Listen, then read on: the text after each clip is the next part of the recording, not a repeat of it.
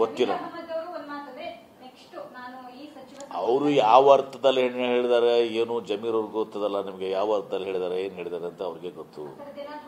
ಏನೋ ಭಾವನಾತ್ಮಕವಾಗಿ ಏನಾದರೂ ಇದರಿಂದ ಯಾರು ಹೇಳಿದಾರೆ ಈಗ ಪುನರ್ರಚನೆ ಅಂತ ಹೇಳಿ? ಇದು ನಿಮ್ಮದೇ ಇವತ್ತೊಂದು ಸ್ವಲ್ಪ ಪುನರ್ರಚನೆ ಆಗಿ ಮಾಡಬೇಕು ಬಿಡಬೇಕು ಅನ್ನೋದು ಹೈಕಮಾಂಡ್ಗೆ ಬಿಟ್ಟಿದ್ದು.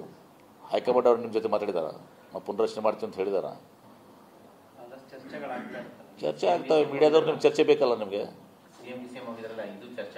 ಅದು CM DCM ಹೋದ್ರೆ ಸಂಪುಟನೇ ಅಂತ ಅರ್ಥ ಆಗ್ತದ, ಅಥವಾ CM DCM ಹೋದ್ರೆ ಮೂಡನೇ ಅಂತ ಹೋಗ್ತಾರ?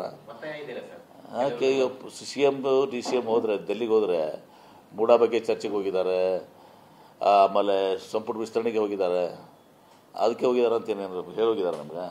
ಯಾಕೆ ಹೈಕಮಾಂಡ್ ಕರೆಸಿದ್ದಾರೆ? ಅನೇಕ ವಿಚಾರಗಳಿರ್ತವೆ, ಪಕ್ಷ ಸಂಘಟನೆ ಇರ್ತದೆ, ಯಾವ ರೀತಿ ಇದು ಆಗಬೇಕು, ಅಥವಾ ಇಲ್ಲಿ ವಾಸ್ತವ ಸ್ಥಿತಿ ಏನು ನಡೀತಾ ಇದೆ, ಅದೆಲ್ಲ ಬಗ್ಗೆ ಚರ್ಚೆ ಮಾಡಲಿಕ್ಕೆ ಅವ್ರ ಅಜೆಂಡಾ ನನಗೆ ಗೊತ್ತಿಲ್ಲ ಅಂತ ನಾನು ಮಾತಾಡಬಾರ್ದು. ಸ್ವಾಭಾವಿಕವಾಗಿ ಹಕ್ಕಿದೆ ಅವ್ರಿಗೆ, ತಪ್ಪೇನಿದೆ?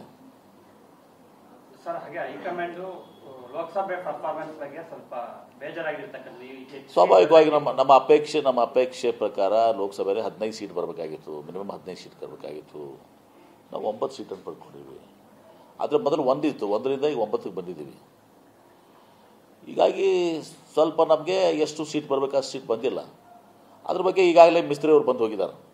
ನಮ್ಮ ಒಂದೇ ರಾಜ್ಯ ಅಲ್ಲ, ಎಲ್ಲ ರಾಜ್ಯದಲ್ಲಿ ಎಷ್ಟು ಹೆಚ್ಚಿಗೆ ಯಾಕಾಯಿತು, ಕಡಿಮೆ ಯಾಕಾಯಿತು, ಏನಾಯಿತು ಅಂಥೇಳಿ ಇವತ್ತು ಸಹ ಎಲ್ಲ ರಾಜ್ಯದಲ್ಲಿ ಇದು ಮಾಡಿ ನಾವು ಮುಂದೆ ಅದನ್ನು ತಿದ್ದುಕೊಂಡು ಅದನ್ನು ಅರ್ಥಕೊಂಡು ಅದನ್ನೆಲ್ಲನೂ ಕೂಡ ನಾವು ಗಣನೆಗೆ ತೊಗೊಂಡು ಮುಂದೆ ಯಾವ ರೀತಿ ಮುಂದುವರಿಬೇಕು ಅಂಥೇಳಿ ನಾವು ಮಾಡುವಂಥದ್ದು.